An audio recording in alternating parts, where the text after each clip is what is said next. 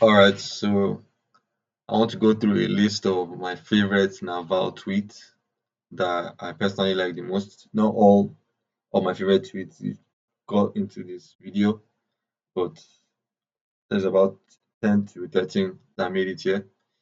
And let's start with why I actually like naval, because this is probably not the only video I'll make about naval. The reason I like naval is because he puts things in a timeless manner. He puts it in a way where it's not too complicated. It's very simple. These are like timeless principles where whether where no matter where in the world you you can't go wrong with them. You cannot go wrong with these principles, in my opinion. That's what I feel, to be honest. And he puts it in such a way where it's just so easy to consume and very easy to digest. So let's dive into it.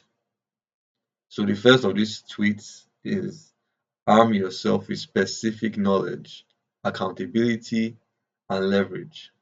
Why I think this is beautiful is because Naval says specific knowledge is knowledge that society cannot train you for.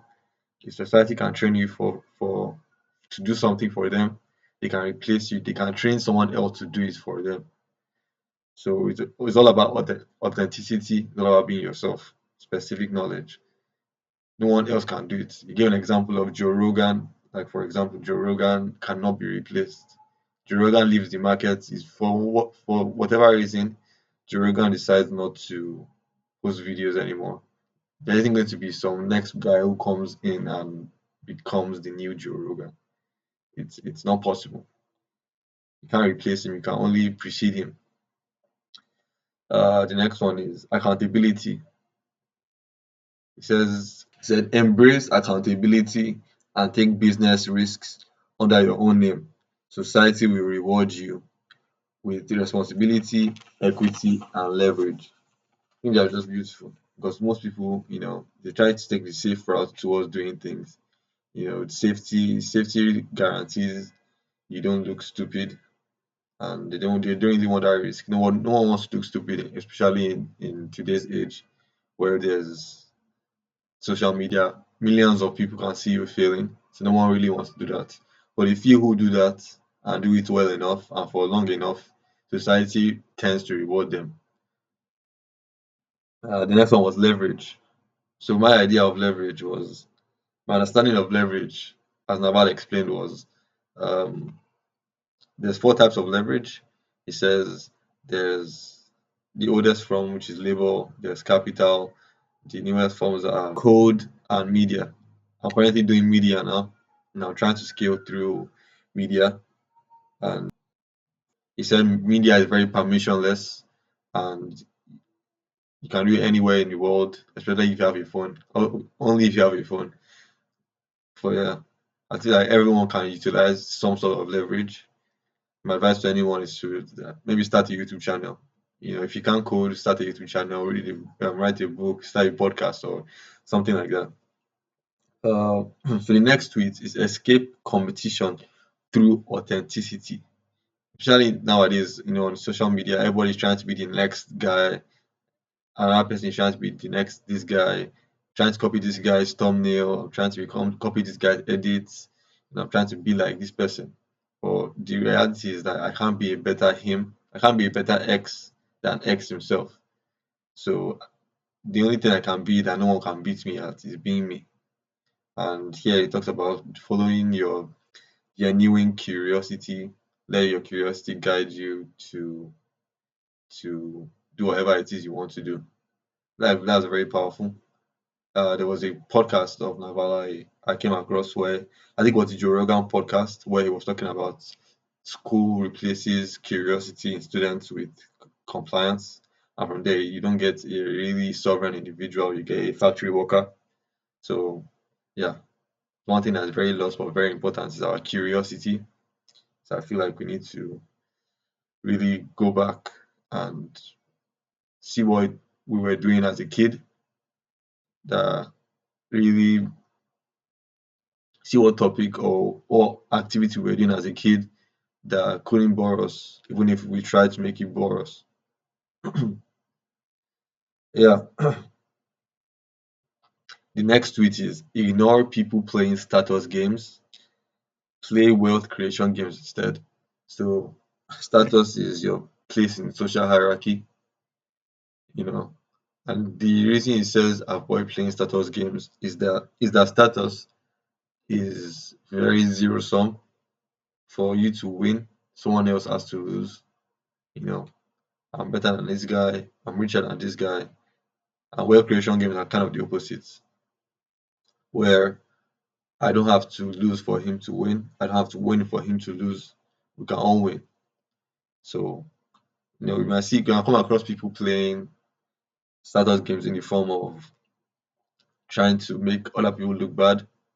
They'll be like, this guy's videos is trying to manipulate you. This guy's videos is trying to make you, um, trying to put you into his pyramid scheme, XYZ. So yeah, next, get paid for your judgment. Very ideal. Very ideal is getting paid for your ideas.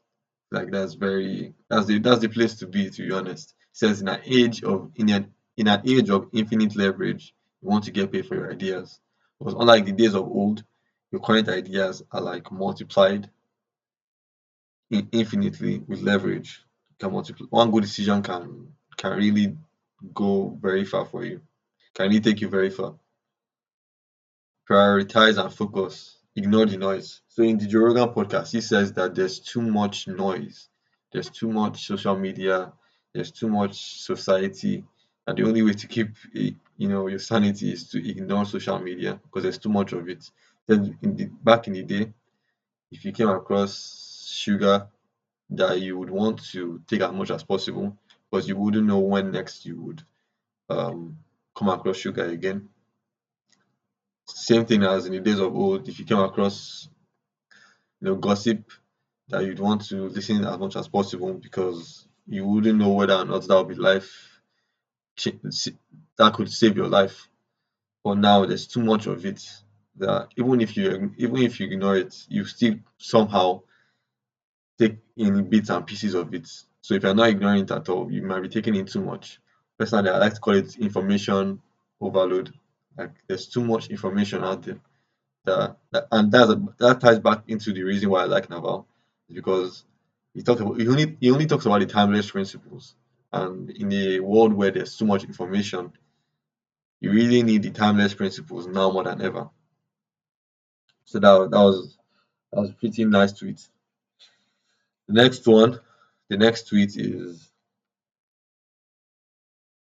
very very good. It's a very good tweet. Spend more time making the big decisions, where you live, who you are with, and what you do. Like this is very powerful.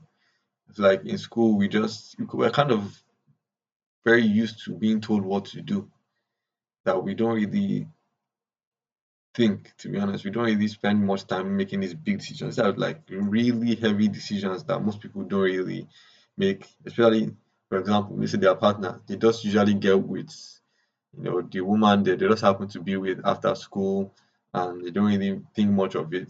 And there's someone end up getting married. And I don't know, like they should really spend more time making those decisions. Find work that feels like play to you but looks like work to others. That ties back to specific knowledge. There was some I can't remember where I heard it from, but there was a guy that said, if you're doing what you love, you never work a day in your life again. Like that's very similar to what Naval is trying to say here. It wouldn't feel like work, you know.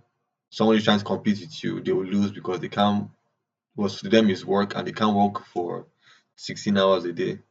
you know. But I can definitely play for 16 hours a day. So that was very powerful. Another very good one I like is in a long term game, it seems like everyone is trying to make each other rich. But in a short term game, it seems like everyone is making themselves rich. The reason why I like this is because you can kind of extrapolate it out into other areas of your life, like not just wealth, friendship, friendship, for example. Like you could I had a lot of friends where it seemed like everybody was out for each other, what they got for the individual themselves. Nobody was trying to really help the other person. They were just trying to steal information from each other and better themselves. So yeah, that kind of friendship is not really it's not really the kind of thing you want to be looking into. And Nassim Taleb also talked about it. If you watch the video, there was a video where he talks about the big no-nos, and in the video, he said to avoid friendships in general that don't have trust in them because that's not really the basis of friendships are trust or is trust. So yeah, that's good. The really smart thinkers are clear thinkers. They understand the basics at a very fundamental level. I feel like back to what I was saying about information overload, there's too much information. People just talk a lot without actually saying anything. And the reason I like Naval again is the timeless principles that he talks about. He understands the fundamental at the basics at a very fundamental level. So I really admire that. A taste of freedom can make you unemployable. That's a very powerful one. I don't have experience with too much freedom myself, but I'm almost unemployable. I don't like working. I don't like being told what to do. I worked a job um, about 2 years ago. It was supposed to be for a month, but I quit. I quit 2 weeks in because I couldn't take being told what to do, and it was just not fulfilling for me. I think that was like the unhappiest I've ever been in my life. So yeah, a taste of freedom can make you unemployable. Can also be said as a taste of what's the opposite of freedom? A taste of imprisonment almost can make you unemployable also. Yeah. Next one is anger is a contract you make with yourself to be in physical, emotional, and psychological turmoil. What till everything around you changes. Anger itself is its own punishment. It's like you're holding a piece of charcoal, you want to, or burning charcoal, and you want to throw it at someone. Anger itself is its own punishment. So the 99% of the time, there's really no benefit to being angry. Maybe there's some benefit once in a while, but most times there's really no benefit to being angry. And there are many situations where I look back at it and I'm like, there was really no point of being angry here, to be honest. Like, there was no benefit here. It's just kind of primal instincts that we need to be more conscious of.